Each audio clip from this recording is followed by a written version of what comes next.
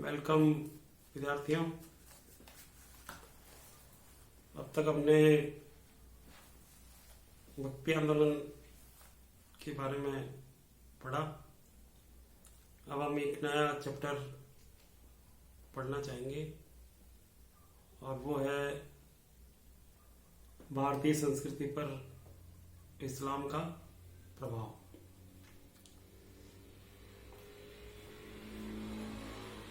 देखिए,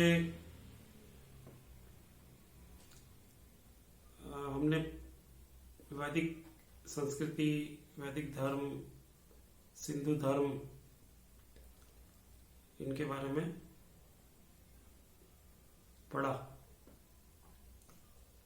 लगभग 3000 ईसा पूर्व की धर्म संस्कृति भारत में रही और उसके बाद जो है इस्लाम 6ठी शताब्दी में अरब में इस्लाम का उद्गम हुआ। तो इस्लाम के भारत आगमन से भी 3500 वर्ष पहले की भारतीय संस्कृति, धर्म, आस्थाएं थी, मौजूद थी। लेकिन इतनी पुरानी सभ्यता और संस्कृति पर जब इस्लाम का आगमन हुआ तो उसका एक अलग तरह का प्रभाव देखने में आया। आप सभी को मालूम है कि पैगंबर मोहम्मद साहब ने, जिनका जन्म 570 ईस्वी में मक्का में हुआ था, उन्होंने इस नए धर्म को फैलाया और मोहम्मद साहब स्वयं अपने को ईश्वर नहीं मानते थे, बल्कि वो अल्लाह का पैगंबर मानते थे। उनके अनुसार जो जिब्राइल जो था, जो कि एक देवदूत था, वो अल्लाह से प्राप्त संदेश मोहम्मद साहब को देता था, जिनको उन्होंने चमड़े पर, लकड़ी पर लिखा। बाद में उनको एक पुस्तक के रूप में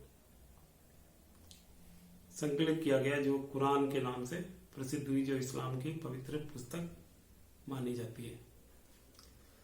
तो इस्लाम धर्म जो है अरब में उत्पन्न हुआ और मोहम्मद साहब ने भी इसको बहुत बड़े क्षेत्र में इसका प्रचार प्रसार किया। लेकिन उनके मरने के बाद जो खलीफा हुए, उन्होंने इनको और भी तेजी से फैलाया और ये थोड़े ही समय में यूरोप के 7वीं शताब्दी तक ये यूरोप के बॉर्डर्स तक जा पहुंचा। सीरिया में और अरब देशों में इसका तेजी से प्रचार प्रसार किया गया और इस्लाम के लिए धर्म युद्ध भी किए गए और उन इलाकों को जीतकर वहां के लोगों को इस्लाम में परिवर्तित कर दिया गया।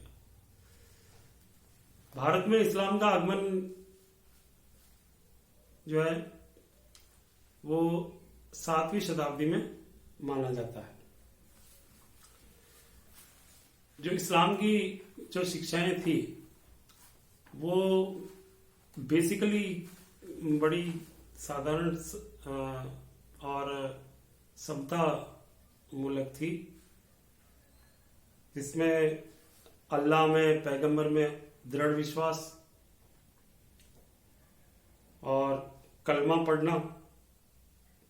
कलमा का अर्थ है कि केवल अल्लाह के सिवा कोई भी पूजनीय नहीं है।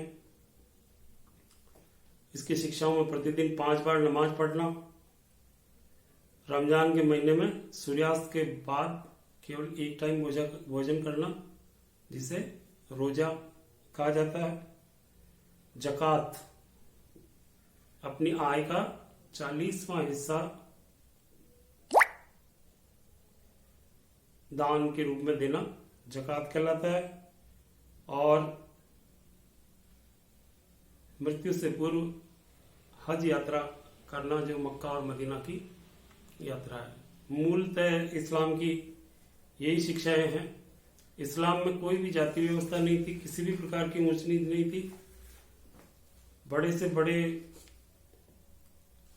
और छोटे से छोटे व्यक्ति के बीच में कोई सामाजिक गैप इस्लाम में रखा नहीं गया, उसको उन्होंने मान्यता नहीं दी।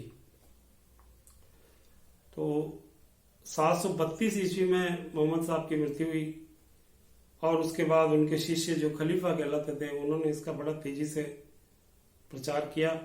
सीरिया, मिस्र, ईरान, गजनी, काबुल, बलख, हिरात आदि स्थानों को उन्होंने जीत लिया, और 737 से 743 तक कई सारे अरब व्यापारियों ने सिंध पर अधिकार करने की कोशिश की, लेकिन वहां अधिकार नहीं हुआ, और यहाँ पर सिंध में बहुत सारी लड़ाइयां लड़ी गई।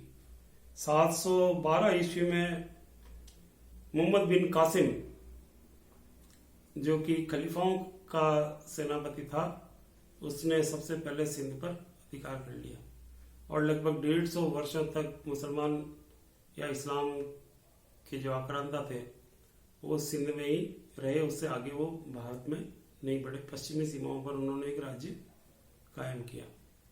लेकिन उसके बाद आप देखें कि भारत में महमूद गजनी के 17 आक्रमण हुए। उसमें उसका अंतिम आक्रमण जो है सोमनाथ पर था। लेकिन महमूद गजनी भारत में कोई राज्य स्थापना की इच्छा से नहीं आया था, उसका उद्देश्य यहाँ से धन लूटना था। लेकिन उसके बाद जो है 12वीं शताब्दी में मोहम्मद गौरी ने भारत पर आक्रमण किए।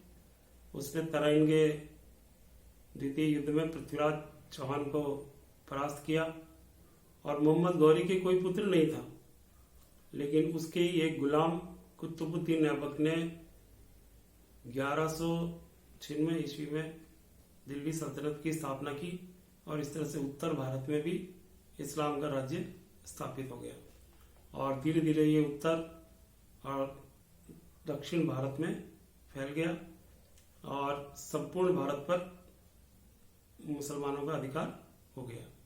दिल्ली सल्तनत में कई सारे वंश हुए, और उसके बाद जो है मुगलों का आगमन होता है, और उनमें वो और भी अधिक शक्तिशाली थे, और उत्तर दक्षिण पूर्वी भारत पर उनके अधिकार स्थापित हो गए।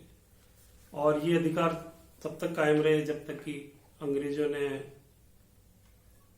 18वीं शताब्दी में आकर अपने यहाँ राज्य ईस्ट इंडिया कंपनी ने राज्य स्थापित कर लिए। तब तक इनका राज कायम रहा।